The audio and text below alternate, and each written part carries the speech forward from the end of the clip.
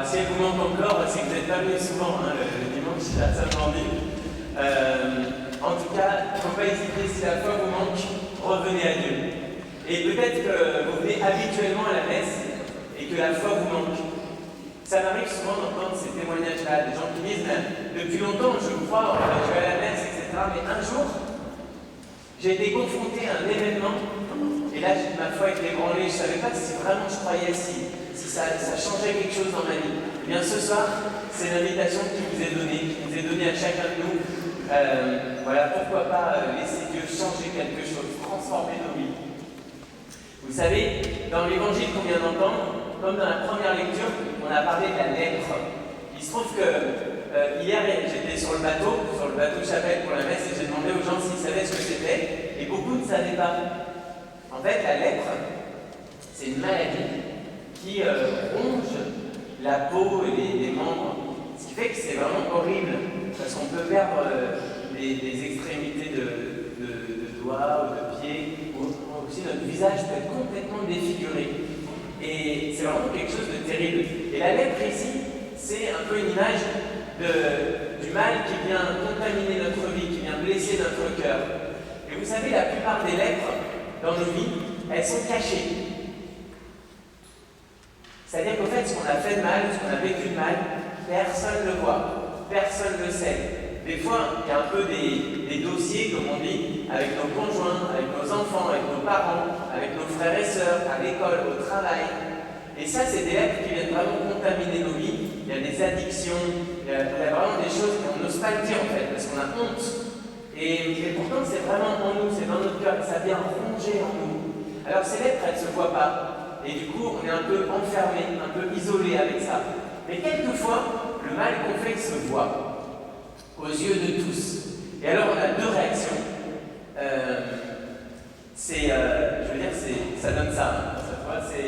En fait, on est défiguré. C'est-à-dire que là, la lèpre, elle est venue nous attaquer. Et ça se voit cette fois, même si on essaie de faire bonne figure, on ressemble un peu à ça. Et évidemment, on est appelé à autre chose.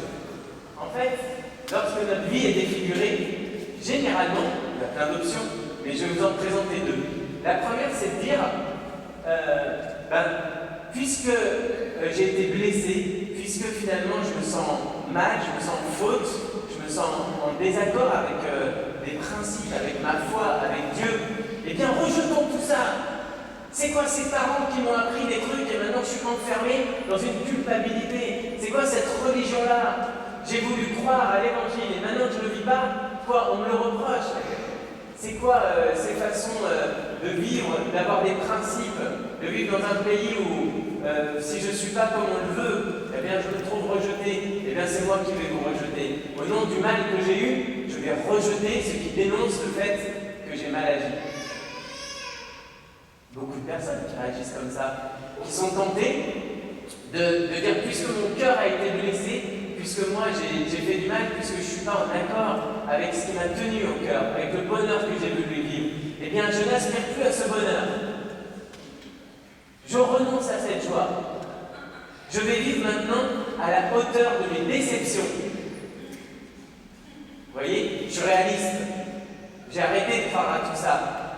En fait, ça arrive ça quelquefois dans nos vies, qu'on vient rejeter le bonheur auquel on aspirait parce qu'on l'avait manqué. Et puis il y a une deuxième attitude, c'est celle de revenir humblement à Dieu et de dire vraiment, Seigneur, tu vois comme je me suis éloigné de toi, tu vois comme ça pourrit mon cœur, comme ça défigure ma vie.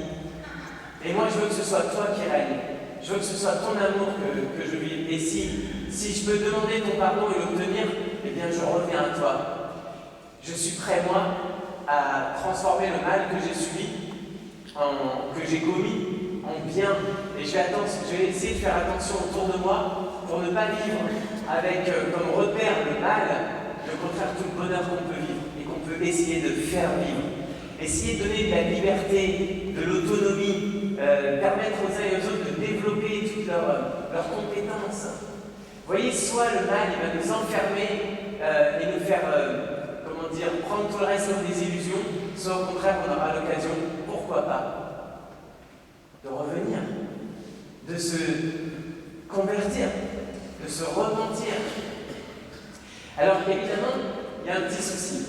C'est qu'à partir du moment où vous vous dites « Oui, moi je choisis le bonheur plutôt que le malheur, je vais faire du bien, je vais arrêter tout ce mal que j'ai fait, les trahisons, tout ce qui va abîmer ma vie, mon couple, mes relations, c'est fini, mes addictions, c'est fini. » Ah mais en fait, ça reprend le lendemain. Vous voyez le problème? C'est-à-dire que c'est pas parce qu'on a décidé de ne pas rejeter notre idéal et le bonheur auquel on est appelé que d'un coup on va arriver à faire ce qui est bon pour nous. Alors vous allez me dire, c'est quoi la solution? Vous voyez? Comment est-ce qu'on va être sauvé? Alors ici, je vais vous faire une petite distinction.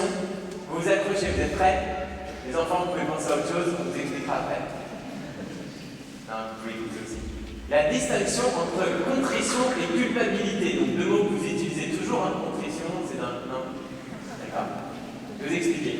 En fait, le péché, c'est ce que nous subissons. Est-ce que vous pouvez retenir ça?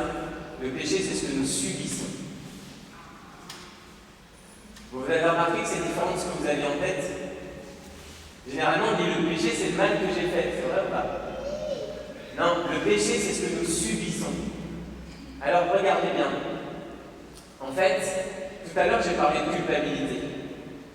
Quand moi, j'ai pas vécu le bonheur promis, j'ai fait du mal, je subis le mal, et quand je me trouve culpabilisé, que je suis prêt à rejeter Dieu, là, je suis dans la culpabilité, c'est-à-dire que je me juge.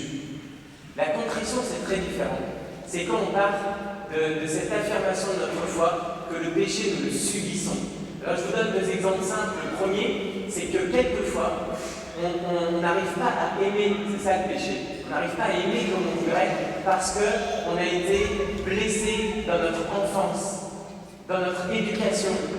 Parfois on a vécu un traumatisme, soit lié à ce que des personnes nous ont fait vivre, soit lié à un événement de notre vie. Et vous voyez bien que vous y êtes pour rien. Si vous n'avez jamais reçu de tendresse, comment vous allez en donner? Si vous n'avez jamais appris à dire je t'aime, comment vous allez dire je t'aime? Quand vous n'avez jamais appris à recevoir de l'amour, comment est-ce que vous allez recevoir encore de l'amour d'un autre? Vous voyez bien souvent notre incapacité à aimer notre péché, on n'y est pour rien. C'est une charge, c'est une pesanteur, c'est une oppression, c'est des chaînes. Et puis le deuxième exemple, c'est que même quand parfois on est menteur, voleur, ou quand je parle, on fait vraiment objectivement quelque chose de mal, même les gens qu'on aime, on n'arrive pas à leur rester fidèle, on sent bien qu'il y a quelque chose qui va au-delà de notre volonté. On subit une loi en nous qui n'est pas ce que je veux. Alors, vous allez me dire, comment est-ce qu'on va s'en sortir? Eh bien, on va juste relaxer un peu si vous voulez. On fait une pause. Et vous pouvez sourire simplement. Voilà comment ça se passe. En fait, c'est beaucoup plus simple que prévu. Vous allez me dire, c'est trop simple peut-être. Naaman, le Syrien, général en chef des armées, il a la lèpre. Il n'arrive pas à guérir. Alors on lui dit, tu devras aller voir le prophète juif qui s'appelle Élisée. Il va voir Élisée et Élisée lui dit, pas de souci Naaman, voilà ce que vous allez faire. Vous allez aller vous baigner 7 fois dans l'eau du Jourdain. Et le chef il dit, on se fout de ma gueule, on se moque de moi. Et moi j'ai fait des kilomètres, on me dit d'aller me baigner 7 fois dans l'eau. Et puis il a quelqu'un qui avait un serviteur qui lui dit, si on t'avait demandé quelque chose de difficile, tu l'aurais fait. On te demande quelque chose de facile. Il dit ok. Et il va se baigner 1 fois, 2 fois, 3 fois, 7 fois. Et il ressort purifié, guéri. Il s'attendait à ce qu'on ait une formule magique, des onguents précieux qu'on dépose sur sa peau. Et en fait, il fallait passer dans l'eau du Jourdain 7 fois. Et le voilà guéri. Trop simple. Et vous, peut-être que vous vous dites, mais moi, comment je vais réussir à vivre ce bonheur? Comment je vais réussir à être libre du péché? Eh bien, vous avez juste une chose à faire. Vous tournez vers Jésus-Christ. Il a tout pris sur lui. Tout ce qu'on subissait, tout le mal qui faisait oppression sur notre vie, qui nous empêchait d'aimer, il l'a pris sur lui. C'est lui qui nous a libérés, c'est lui qui nous a sauvés. À la croix, il a tout pris. Si vous êtes mort avec lui, vous vivez, vous vivrez. Est-ce que vous voulez mourir au péché? Est-ce que vous voulez recevoir ce baptême? Est-ce que vous voulez recevoir de la main du Christ, du corps du Christ, de son Église, le baptême? Est-ce que vous voulez vivre de son amour? Est-ce que vous voulez vivre une vie nouvelle? Ce soir, vous êtes invités à vous en remettre à Dieu. Et vraiment, je vous invite de tout votre cœur à dire: Seigneur Jésus-Christ, toi mon Sauveur, en toi j'ai mis toute ma foi, toute ma confiance. En toi je vais pouvoir aimer. Grâce à toi je suis libre du péché. Croyez-vous ce soir que vous êtes libre du péché? Croyez-vous que tout ce que vous subissez, Jésus l'a pris sur lui? Alors vous êtes libre. Alors vous pouvez vivre. Alors vous pouvez avoir l'audace d'une confiance. Vous voyez que ça peut tout changer dans vos vies. Ça peut faire la différence de croire en Jésus-Christ. On est invité à ça, et c'est pas trop simple. C'est juste la grâce de Dieu. Après, évidemment, vous verrez, il y a plein de fois où on tombe. Il y a plein de fois où on retombe. Mais cette fois, c'est plus le retour des addictions, de nos peurs, de nos péchés qui nous effraient. C'est l'amour de Dieu. À partir du moment où je sais que je suis sauvé, je peux me confesser. Je peux aller demander le pardon de Dieu pour que la lèpre ne revienne pas sur moi, qu'elle ne reprenne pas pouvoir sur ma vie, parce que j'ai confiance dans l'unique Sauveur. Vous voyez, qu'on va se confesser, c'est qu'on sait qu'on est déjà sauvé.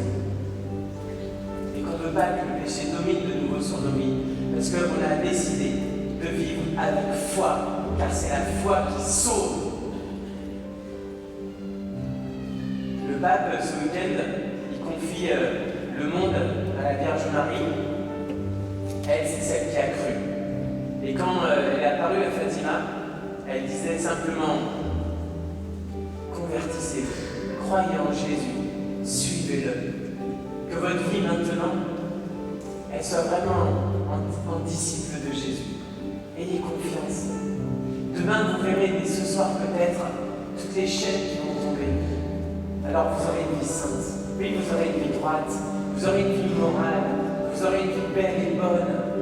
Pas parce que vous êtes fort, mais parce que Jésus-Christ est Sauveur et qu'il a pris sur lui tous les péchés du monde. Nous sommes libres.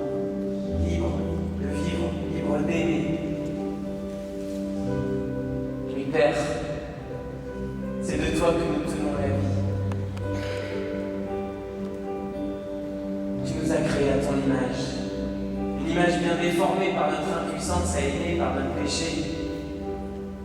Mais voilà, par Jésus, tu nous as libérés. Désormais, à jamais, nous serons libres. Plus jamais le péché dominera sur nos vies, car nous croyons en Jésus-Christ, mort et ressuscité. Laisse-nous vivre de l'Évangile, Père, envoie ton Esprit Saint. Face au mal qui défigure ce monde, nos familles, nos vies, qui blesse la vie et nos relations, nous n'aurons pour maître et Seigneur que Jésus-Christ.